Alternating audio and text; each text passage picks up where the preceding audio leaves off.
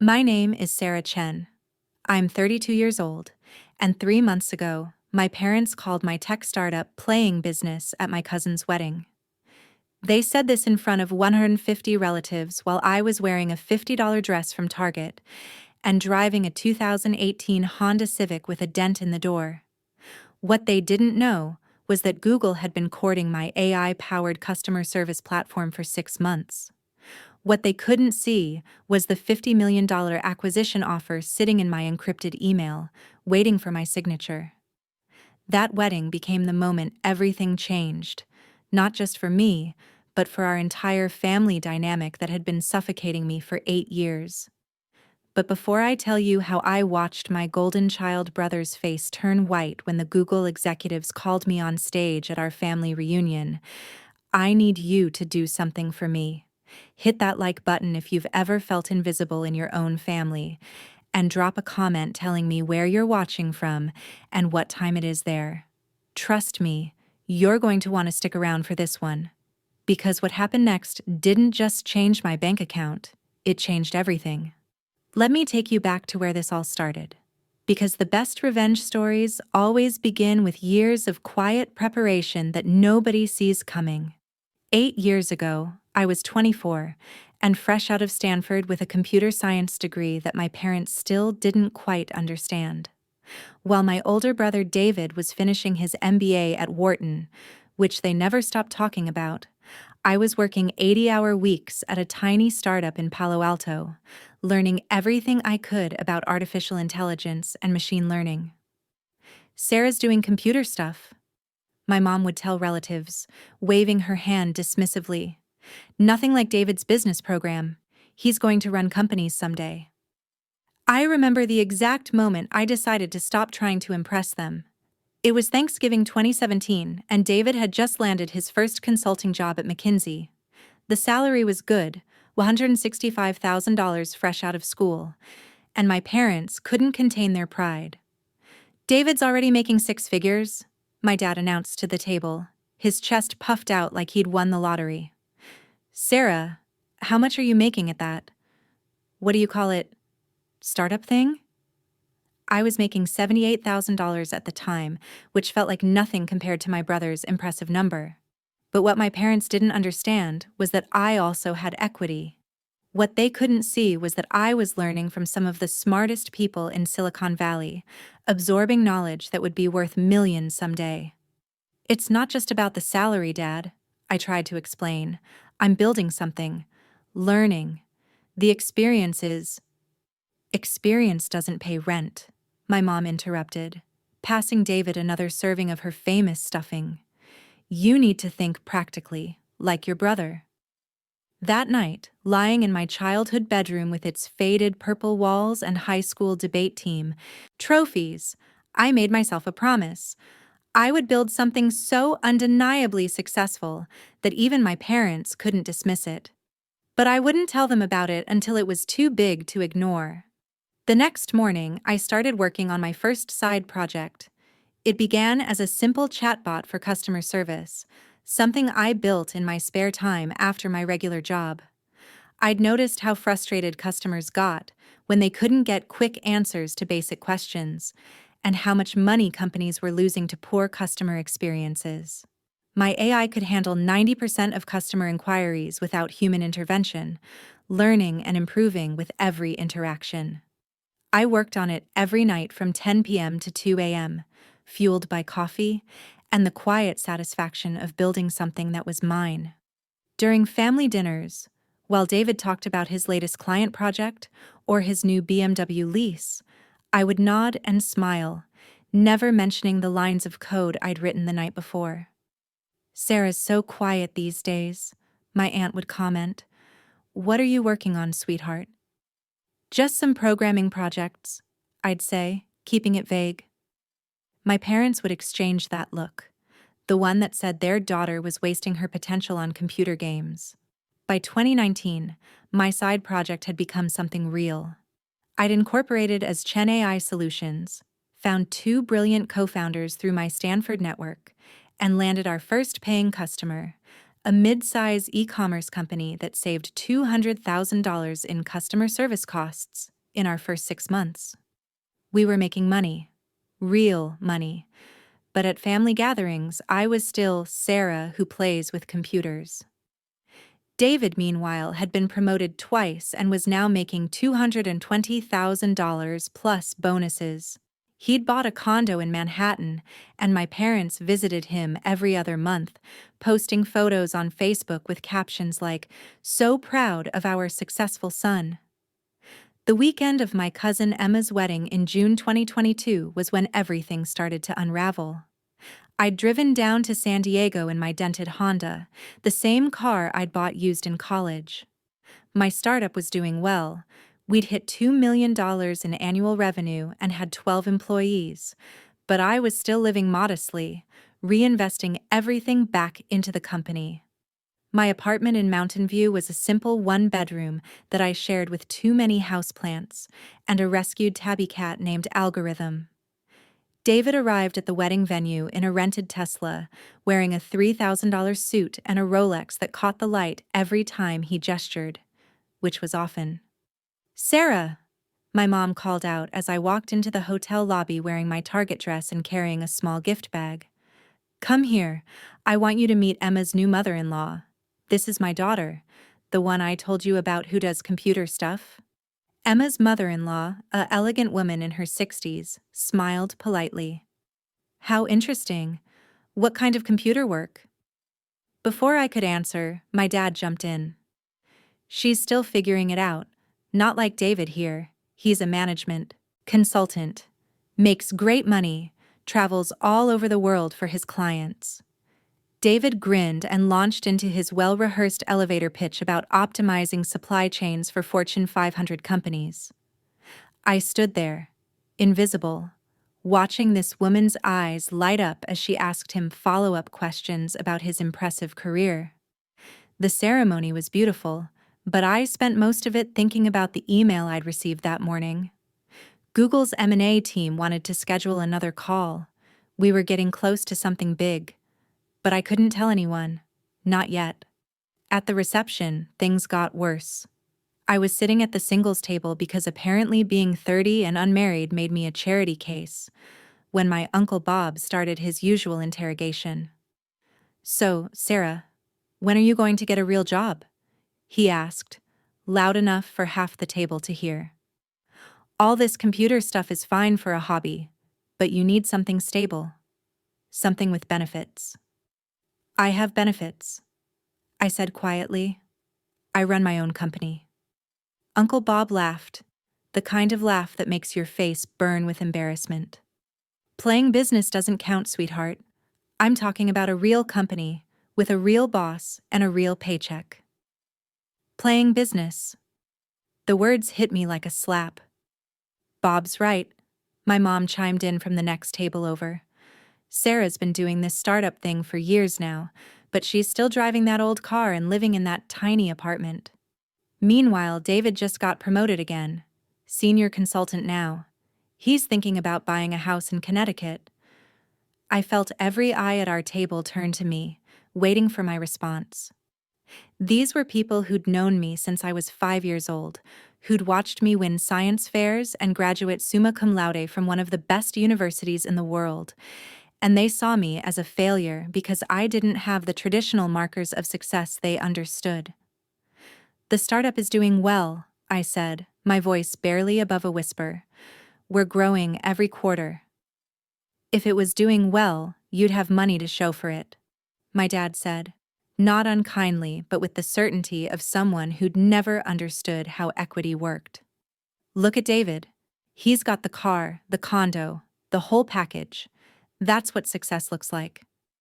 David, to his credit, looked uncomfortable. "Dad, different careers have different timelines." "Don't make excuses for her," Mom interrupted. "Sarah's smart, but she's wasting her potential on this computer fantasy. She could get a real job at Apple or Google tomorrow if she wanted to." The irony was almost too much to bear. Google had been calling me twice a week for the past month. That night, lying in my hotel room, I made a decision. I was done hiding. Done letting my family think I was some sort of professional failure because they couldn't understand what I'd built.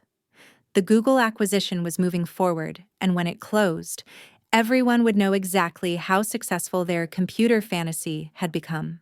But I wanted to do it right. I wanted the moment to be perfect. Over the next 3 months, I worked harder than I'd ever worked in my life. The Google deal was complex, $50 million up front, with performance bonuses that could bring the total to $80 million over 3 years. My share, as founder and majority shareholder, would be life-changing money. More money than my family had ever imagined I could make. But Google wanted more than just my technology. They wanted me to stay on as Director of AI Customer Experience, reporting directly to their VP of Product. The salary was $450,000, plus equity, plus bonuses. It was more than David would make in 5 years, even with his promotions. The paperwork was signed on a Tuesday in September. I remember sitting in Google's Mountain View offices, surrounded by lawyers and executives, as we finalized the deal. My phone kept buzzing with texts from my mom about my cousin Rachel's engagement party the following weekend. "You should come," one text read. "David's bringing his new girlfriend. She's a doctor. Very impressive." I smiled as I typed back, "I'll be there. Can't wait to meet her." The engagement party was at my aunt and uncle's house in Sacramento, the same house where we'd had dozens of family gatherings over the years, the same house where I'd been dismissed and overlooked countless times. I drove up in my Honda. I hadn't had time to buy a new car yet, but this time I wore a different kind of armor. A simple black dress that cost more than my entire Target wardrobe, and a confidence that came from knowing exactly who I was and what I'd accomplished. David's girlfriend, Jessica, was indeed impressive. Emergency room physician, Stanford med graduate, beautiful and smart, and everything my parents had always hoped I'd become. They fawned over her like she was the daughter they'd always wanted. "Jessica, you have to meet Sarah," my mom said, pulling me over to their little circle. "She's my younger daughter. She does computer things." Jessica smiled warmly. "What kind of computer work?" "I'm always curious about tech. We use so many digital systems in the hospital." Before I could answer, Uncle Bob materialized with his signature smirk. "Sarah's still playing business with her little startup. How's that going, sweetheart? Made your first million yet?" The laughter that followed was gentle but cutting. Even Jessica looked embarrassed for me. "Actually," I said, my voice steady and clear, "I sold my company 3 days ago." The conversation stopped. Not just our little circle. I swear the entire party got quieter. "Sold it?" my dad asked, confused. "To who?" "Google." The word hung in the air like a bomb that hadn't exploded yet. "Google?" David repeated. "Like Google Google?" "Like Google Google," I confirmed. "They acquired Chen AI Solutions for $50 million. My share was enough to buy a house in Palo Alto. Cash." Uncle Bob's face went through several colors. "50 million?" "Million," I nodded. "They also offered me a director position, $450,000 base salary, plus equity, plus performance bonuses. I start Monday." The silence was deafening. I could hear my cousin's kids playing in the backyard, the distant sound of traffic on the highway, my own heartbeat in my ears. My mom was the first to speak. "Sarah, that's wonderful, honey. Why didn't you tell us?" "Because you never asked," I said simply. "For 8 years, every time I tried to talk about my work, you called it playing business or computer stuff. You were so busy being proud of David's traditional success that you never bothered to understand what I was building." David looked like he'd been punched in the stomach. "Sarah, I never meant—" "You didn't mean to what? Let Mom and Dad treat me like a failure? Let Uncle Bob mock my career at every family gathering? Stand by while everyone assumed I was wasting my life?" The party had completely stopped now. Everyone was staring at us, this family drama playing out in real time. We didn't know, my dad said weakly. You didn't want to know, I corrected. You wanted me to fit into a box you could understand. Traditional job, traditional success markers, traditional life. But I built something extraordinary, and you missed it because you were too busy looking down on me. Jessica, bless her heart, tried to break the tension. 50 million is incredible, Sarah. What kind of AI did you develop? Customer experience automation, I explained, grateful for her genuine interest. We process natural language inquiries and provide instant, accurate responses across multiple channels. Google plans to integrate it into their customer support ecosystem for Gmail, Drive, and their business products. That's actually revolutionary, Jessica said, her eyes wide. Do you know how much money companies lose to poor customer service every year? About $75 billion annually in the US alone, I replied. Our platform reduces response time by 85% and increases customer satisfaction scores by an average of 40%. David was staring at me like he'd never seen me before. Sarah, this is huge. Why didn't you tell us how big this was getting? I tried, I said, my voice breaking slightly. Remember Thanksgiving 2 years ago when I mentioned we'd landed our first major client? Dad said that's nice and changed the subject to your promotion. Remember Christmas when I said we were hiring employees? Mom asked when I was going to get serious about my future. The guilt on their faces was almost too much to watch. Every milestone, every success, every small victory, you dismissed it because it didn't look like David's career path. You taught me that my achievements didn't matter to this family unless they came with the right job title and the right salary at the right company. My phone buzzed. A text from Google's VP of Product. Welcome to the team, Sarah. Looking forward to seeing what we build together. I held up my phone. This is my new boss. Sundar Pichai forwarded him my hiring announcement personally. The press release goes out tomorrow. TechCrunch wants an interview. Forbes is doing a feature on women in AI. Uncle Bob had gone completely silent. The man who'd spent years mocking my computer games was staring at his shoes. Sarah, my mom said, tears in her eyes, we're so proud of you. We always have been. No, I said gently but firmly. You're proud of the money. You're proud of the Google name. You're proud because now you can brag about me at parties the same way you brag about David. But you weren't proud when I was grinding 16-hour days to build something from nothing. You weren't proud when I was learning machine learning algorithms and customer psychology and business development. You weren't proud of the work. You're just proud of the result. The truth of it settled over the party like a heavy blanket. You're right, David said quietly. We were wrong. I was wrong. I let them dismiss what you were doing because I didn't understand it either. The worst part, I continued, is that I let you make me feel ashamed of my success. For years, I downplayed my achievements because they didn't fit your definition of impressive. I drove my old car and lived in my small apartment not because I couldn't afford better, but because I was afraid you'd accuse me of showing off or getting ahead of myself. I pulled out my phone again and opened my banking app. You want to see what playing business looks like? Here's my account balance as of this morning. I turned the screen toward them. The number was so large it didn't fit on one line. Jessica gasped. David sat down heavily on my aunt's couch. $50 million, I said. After taxes, after legal fees, after paying my co-founders and employees their shares. This is what happens when someone takes their computer fantasy seriously.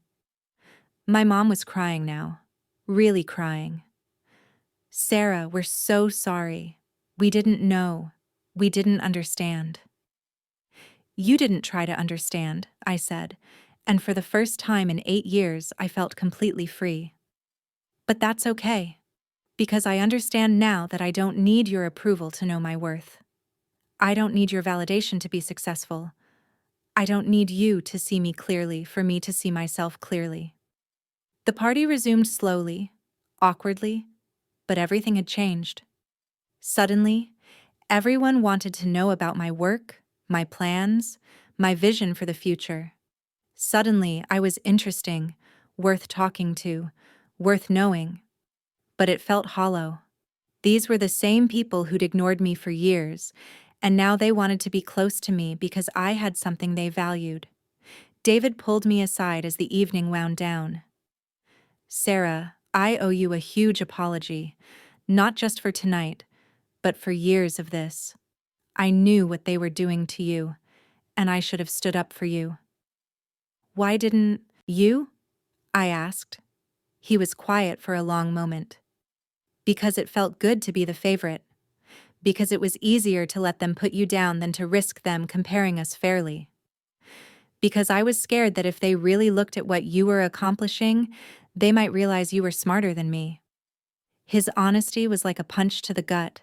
David, you are smarter than me, he said. You always have been, and braver. I took the safe path. Good school, good company, good salary. You built something from nothing. You took risks I never would have taken. You earned every bit of this success. I hugged my brother for the first time in years, really hugged him. I never wanted to compete with you. I just wanted them to see me. They see you now, he said. We all do. But here's the thing about family dynamics. They don't change overnight just because your bank account does. 3 months later, I'm sitting in my new office at Google, looking out at the mountains of the South Bay, reflecting on how completely my life has transformed. The money changed everything and nothing. Yes, I bought a house. A beautiful 4-bedroom craftsman in Palo Alto with a garden where algorithm can chase butterflies. Yes, I upgraded to a Tesla Model S.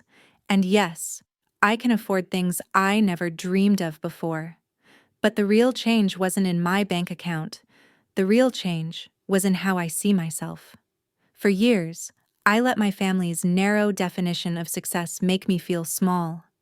I internalized their dismissal and started dismissing myself. I hid my achievements because I was afraid they weren't impressive enough, smart enough, traditional enough. But success isn't just about money or recognition.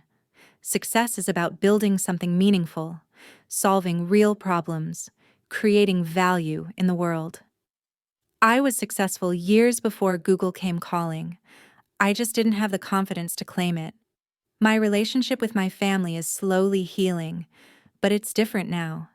They want to make up for lost time, to be involved in my success story. But I've learned to set boundaries. I don't need their approval anymore, which paradoxically makes our relationships healthier. My mom calls every week now, asking about my projects at Google, bragging to her friends about her brilliant daughter in Silicon Valley. It should feel good, but mostly it feels sad. Where was this pride when I needed it most? David and I are closer than we've been since childhood. He left McKinsey last month to start his own consulting firm, inspired by my entrepreneurial journey. I want to build something too, he told me, something that's mine. The Google acquisition made headlines in the tech world. I did the TechCrunch interview, the Forbes feature, a podcast with Y Combinator. Suddenly, I was a woman to watch in AI, a rising star in tech, a successful entrepreneur. But the title I'm most proud of is the one that's never mentioned in articles. Survivor of family dismissal who found her own worth. At Google, I'm building something even bigger than my startup. We're developing AI that could revolutionize how every business in the world handles customer relationships. The technology I created in my tiny apartment at 2 a.m. is now being scaled to serve billions of users. My team looks to me for technical leadership, strategic vision, innovation. When I walk into meetings with senior executives, they listen to my ideas, ask for my opinions, value my expertise. It's intoxicating after years of being invisible, but the most profound change is internal. I no longer question my intelligence, my worth, my right to take up space in a room. I no longer minimize my achievements or apologize for my success. I no longer wait for external validation to know that what I'm doing matters.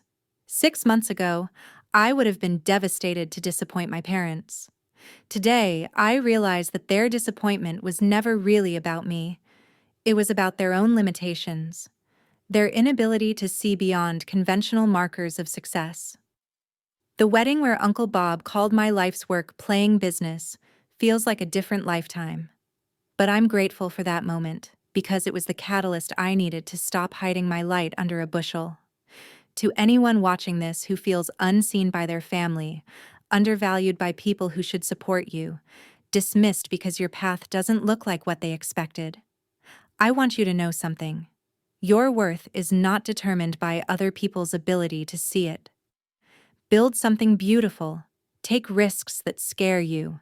Invest in your own vision even when others can't understand it. The validation you're seeking from family, from friends, from society, you have to give it to yourself first. Success isn't just about money, though financial independence is incredibly freeing. Success is about using your talents to solve problems that matter to you. Success is about growing into the person you were meant to be, not the person others wanted you to become.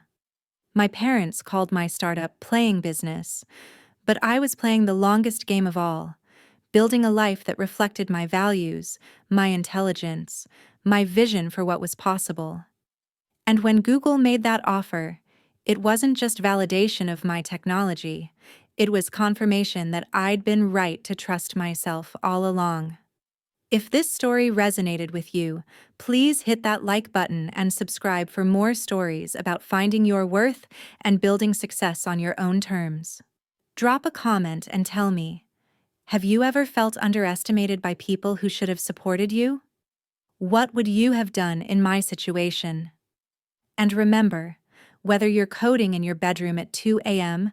or pursuing any dream that others don't understand, you're not playing business. You're building your future. Trust the process, trust yourself, and never let anyone make you feel small for dreaming big. Thanks for watching, and I'll see you in the next story.